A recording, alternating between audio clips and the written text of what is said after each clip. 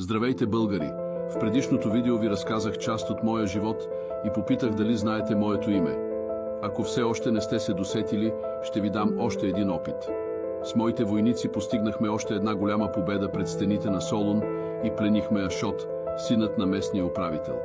Същата година достигнахме до Пелопонес и приобщихме местните племена. Навръщане при река Сперхей ни причака войската на Никифор Уран.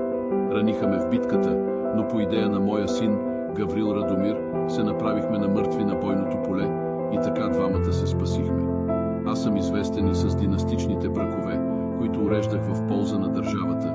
Предприех голям поход по Адриатическото крайбрежие и покорих сръбските княжества. Плених княза на Зета Иван Владимир и го ожених за дъщеря си Теодора Косара. Другата си дъщеря Мирослава дадох на Ашот Таронит и го направих управител на Драч. С династичен брак уредих и отношенията си